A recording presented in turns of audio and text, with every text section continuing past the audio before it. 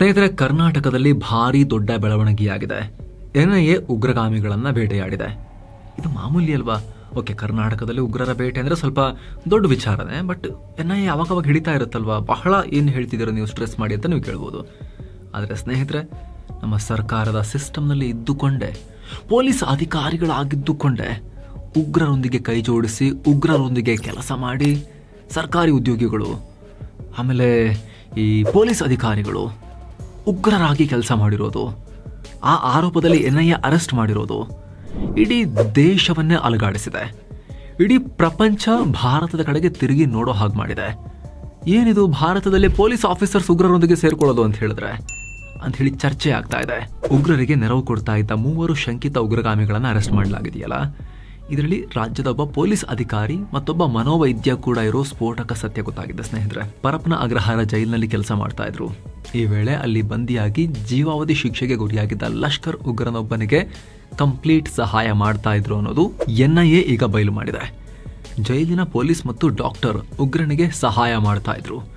ಬಂಧಿತರಾದವರನ್ನ Parappana Agrahara central ಜೈಲಿನ ಮನೋವೈದ್ಯ doctor Nagaraj ಮತ್ತು ಜೈಲಿನ ಎಎಸ್ಐ ಚಾಂದ್ ಪಾಷಾ ಅನೀಸ್ ಹಾಗೂ ಫಾತಿಮಾ ಅಂತ ಗುರುತಿಸಲಾಗಿದೆ. ಇವರೆಲ್ಲ ಟಿ ನಾಸೀರ್ ಅನ್ನೋ ಲಷ್ಕರ್ ಉಗ್ರನಿಗೆ ಸಹಾಯ ಮಾಡ್ತಾ ಇದ್ರು ಅನ್ನೋದು ಬಯಲಾಗಿದೆ. ಮಂಗಳೂರು ಕುಕ್ಕರ್ ಸ್ಫೋಟ, ರಾಮೇಶ್ವರಂ ಕೆಫೆ ಸ್ಫೋಟಕ್ಕೂ ಈ ಉಗ್ರನ ನಂಟಿತ್ತು. ಅಂತವನಿಗೆ ನೆರವು ಕೊಟ್ಟಿದ್ರು. ಇಷ್ಟಕ್ಕೂ ಏನಿದು ಸ್ಟೋರಿ? ಹಾಗಾದ್ರೆ ಹೇಗೆ ಸಿಕ್ಕಿಬಿದ್ರು? ಇದರ ಹಿಂದಿನ ಭಯಾನಕ ಕಥೆ ಏನು? ಅದನ್ನು ನೋಡ್ತಾ ಹೋಗೋಣ. 2023ರ ಕೇಸ್ ಒಂದರ ಸಂಬಂಧ ರಾಷ್ಟ್ರೀಯ ತನಿಖಾ ದಳ ಎನ್ಐಎ ರಾಜ್ಯದ 7 ಕಡೆ ದಿಢೀರ್ ದಾಳಿ ಮಾಡ್ತು. ರಾತ್ರಿ ಬೆಂಗಳೂರಿನ 5 ಹಾಗೂ ಕೋಲಾರದ 2 ಜಾಗಗಳಲ್ಲಿ ದಾಳಿ ಮಾಡ್ತು. ದಾಳಿ ವೇಳೆ ಈ 3 ಜನರನ್ನ ಹಿಡಿಯಲಾಗಿದೆ. ನಿಮಗೆ ನೆನಪಿರಬಹುದು, 2023ರಲ್ಲಿ ಬೆಂಗಳೂರಿನ ಆರ್ಟಿ ನಗರದ ಮನೆಯೊಂದರ ಮೇಲೆ ಬೆಂಗಳೂರು ಸಿಸಿಬಿ ಪೊಲೀಸರು ರೇಡ್ ಮಾಡಿದ್ರು. ಈ ವೇಳೆ 5 ಶಂಕಿತ ಉಗ್ರಗಾಮಿಗಳನ್ನ ಅರೆಸ್ಟ್ ಮಾಡಿದ್ರು. ಅವರ ಬಳಿ ಇದ್ದ 4 ಜೀವಂತ ಕೈ ಸ್ಫೋಟಕ, 7 ಪಿಸ್ತೂಲ್, 42 ಸಜೀವ ಗುಂಡು ವಶಪಡಿಸಿಕೊಂಡಿದ್ರು. ಇವರೆಲ್ಲ ಕರ್ನಾಟಕದಲ್ಲಿ ಭಾರಿ ವಿಧ್ವಂಸಕ ಕೃತ್ಯಕ್ಕೆ ಪ್ಲಾನ್ ಮಾಡಿದ್ರು. ಬೆಂಗಳೂರಲ್ಲಿ ಸುಮಾರು 7 ಕಡೆ ಸ್ಫೋಟ ನಡೆಸೋಕೆ ರೆಡಿಯಾಗಿದ್ರು. ಆ ಉಗ್ರ ಕೃತ್ಯಕ್ಕೆ ಬೇಕಾದ ಎಲ್ಲ ಸಾಮಗ್ರಿಯನ್ನ, ರಾ ಮೆಟೀರಿಯಲ್ ಅನ್ನ ರೆಡಿ ಮಾಡಿ ಇಟ್ಕೊಳ್ತಾ ಇದ್ರು ಅನ್ನೋದು ತನಿಖೆಯಲ್ಲಿ ಬಯಲಾಗಿತ್ತು, ಕರ್ನಾಟಕ ಪೊಲೀಸರ ತನಿಖೆಯಲ್ಲಿ. ಅಲ್ಲದೆ ಇವರನ್ನೆಲ್ಲ ಜೈಲಲ್ಲಿರೋ ಲಷ್ಕರ್ ಉಗ್ರ ಟಿ ನಾಸೀರ್ ರೆಡಿ ಮಾಡ್ತಾ ಇದ್ದ. ಜೈಲಲ್ಲಿ ಇದ್ಕೊಂಡೆ ಒಂಥರ ಕಮಾಂಡ್ ಸೆಂಟರ್ ತರ ಅದನ್ನು ಯೂಸ್ ಮಾಡಿಕೊಂಡು ಅಲ್ಲಿಂದಲೇ ಎಲ್ಲ ಆಪರೇಟ್ ಮಾಡ್ತಿದ್ದ ಅನ್ನೋದು ಗೊತ್ತಾಗಿತ್ತು. ಈ ಟಿ ನಾಸೀರ್ ಯಾರು? ಲಷ್ಕರ್ ಭಯೋತ್ಪಾದಕ ಸಂಘಟನೆಯ ದಕ್ಷಿಣ ಭಾರತದ ಉಗ್ರ ಕಮಾಂಡರ್. 2008ರ ಬೆಂಗಳೂರು ಸರಣಿ ಸ್ಫೋಟದ ಮುಖ್ಯ ರೂವಾರಿ.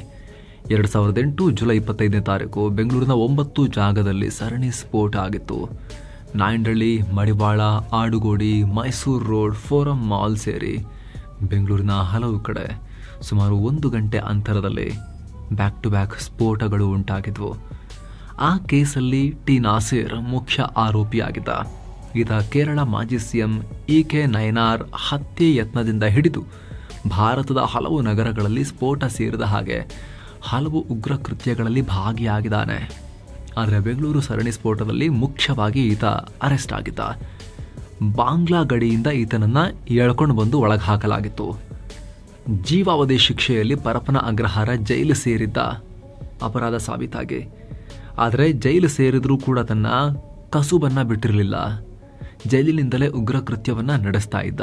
ಮಂಗಳೂರಿನ ಕುಕ್ಕರ್ ಬಾಂಬ್, ಶಿವಮೊಗ್ಗದಲ್ಲಿ ಉಗ್ರ ಚಟುವಟಿಕೆ, ರಾಮೇಶ್ವರಂ ಕೆಫೆ ಸ್ಫೋಟ ಸೇರಿದ ಹಾಗೆ ದಕ್ಷಿಣ ಭಾರತದಲ್ಲಿ ಸಂಭವಿಸಿದ ಹಲವು ಸ್ಫೋಟಗಳಿಗೆ ಈತನೇ ಮಾಸ್ಟರ್ ಮೈಂಡ್. ಸ್ಲೀಪರ್ ಸೆಲ್ ಜೊತೆ ನೇರ ಸಂಪರ್ಕ ಹೊಂದಿದ್ದ ಈ ಉಗ್ರ ನಾಸೀರ್ ಬೆಂಗಳೂರಲ್ಲಿ ದೊಡ್ಡ ಮಟ್ಟದ ವಿಧ್ವಂಸಕ ಕೃತ್ಯಕ್ಕೆ ಸಂಚು ಹೂಡಿದ್ದ ಅಂತ ಹೇಳಲಾಗಿದೆ. ಅದಕ್ಕಾಗಿ ಜೈಲಿನಲ್ಲಿ ಇದ್ದುಕೊಂಡೇ ಯುವಕರ ಟೀಮ್ ಕಟ್ತಾ ಇದ್ದ. ಏನು ಸ್ನೇಹಿತರೆ, ವರದಿಯಲ್ಲಿ ಮುಂದುವರಿಯೋ ಮುನ್ನ 7 sands tourism company Puri Jagannath ಯಾತ್ರೆಯ 3 ನೈಟ್ 4 ಡೇ ಟ್ರಿಪ್ ಅನ್ನ ಆಯೋಜಿಸಿದೆ. ಪುರಿ ಜಗನ್ನಾಥ, ಕೋನಾರ್ಕ, ಬಿರಾಜದೇವಿ ಶಕ್ತಿಪೀಠ, ಭುವನೇಶ್ವರ, ಧೌಲಿ, ಉದಯಗಿರಿ ಮತ್ತು ಸ್ಕಂದಗಿರಿ, ಕಟಕ್ ಇಲ್ಲಿಗೆಲ್ಲ ಹೋಗೋದಿರುತ್ತೆ. ಆಫರ್ ಪ್ರೈಸ್ ಕೇವಲ 29,700 ರೂಪಾಯಿ ಮಾತ್ರ. ಈ ಪ್ಯಾಕೇಜ್ ನಲ್ಲಿ ಫ್ಲೈಟ್ ಟಿಕೆಟ್ಸ್, 3 ಸ್ಟಾರ್ ಹೋಟೆಲ್ ನಲ್ಲಿ stay, all meals, AC transport ವ್ಯವಸ್ಥೆ, 24/7 ಕನ್ನಡ ಟೂರ್ ಮ್ಯಾನೇಜರ್ ಸೌಲಭ್ಯ ಹಾಗೂ ಹಿರಿಯ ನಾಗರಿಕರಿಗೆ ವಿಶೇಷ ಆರೈಕೆ ಎಲ್ಲ ಇರುತ್ತೆ. ಹೊರಡೋ ದಿನ ಆಗಸ್ಟ್ 3ನೇ ತಾರೀಕು 2025. ಕೆಲವೇ ಸೀಟುಗಳು ಲಭ್ಯ. ಆಸಕ್ತರು ಈ ನಂಬರ್ಗೆ ಕಾಲ್ ಮಾಡಿ ನಿಮ್ಮ ಸೀಟನ್ನ ಕೂಡ ಬುಕ್ ಮಾಡಿ.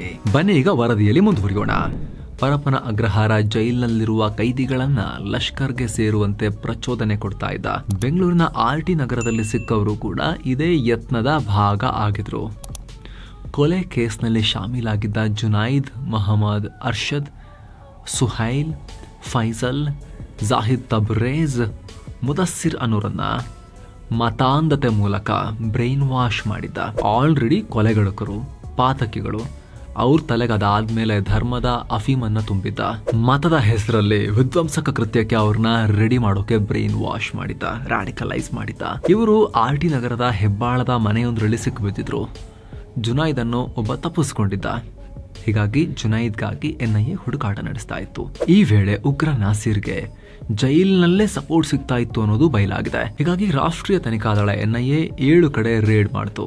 ಈ ವೇಳೆ ಪರಪ್ಪನ ಅಗ್ರಹಾರ ಸೆಂಟ್ರಲ್ ಜೈಲಿನ ಮನೋವೈದ್ಯ ಸರ್ಕಾರಿ ಉದ್ಯೋಗಿ ಡಾಕ್ಟರ್ ನಾಗರಾಜ್ ಮಣ್ತಿನ ಕೆಲಸ ಮಾಡ್ತಾ ಇದ್ರು ಅಂತ ಹೇಳಿ ಈಗ ಆರೋಪ ಮಾಡಲಾಗ್ತಾ ಇದೆ. ಅವ್ರನ್ನ ಅರೆಸ್ಟ್ ಮಾಡಲಾಗಿದೆ. ಅಷ್ಟು ಮಾತ್ರ ಅಲ್ಲ, ಜೈಲಿನ assistant sub inspector Chand Pasha, ASI Chand Pasha Anees ಹಾಗೂ ನಾಪತ್ತೆಯಾಗಿದ್ದ ಜುನೈದ್ ತಾಯಿ ಫಾತಿಮಾ ಸಿಕ್ಕಿಬಿದ್ದಿದ್ದಾರೆ. ವೈದ್ಯ ಡಾಕ್ಟರ್ ನಾಗರಾಜ್ ಪರಪ್ಪನ ಅಗ್ರಹಾರ ಜೈಲಿನಲ್ಲಿ 4-5 ವರ್ಷಗಳಿಂದ ಸೈಕಿಯಾಟ್ರಿಸ್ಟ್ ಆಗಿ ಕೆಲಸ ಮಾಡ್ತಿರೋ ಮನುಷ್ಯ. ಸಾಮಾನ್ಯವಾಗಿ ಕೈದಿಗಳಿಗೆ, ಅಪರಾಧಿಗಳಿಗೆ ಕೌನ್ಸಿಲಿಂಗ್ ಮಾಡೋಕೆ, ಏನಾದ್ರೂ ಮಾನಸಿಕ ಸಮಸ್ಯೆ ಇದ್ರೆ ನೆರವು ಕೊಡೋಕೆ ಜೈಲಲ್ಲಿ ಮನೋವೈದ್ಯರಿರ್ತಾರೆ.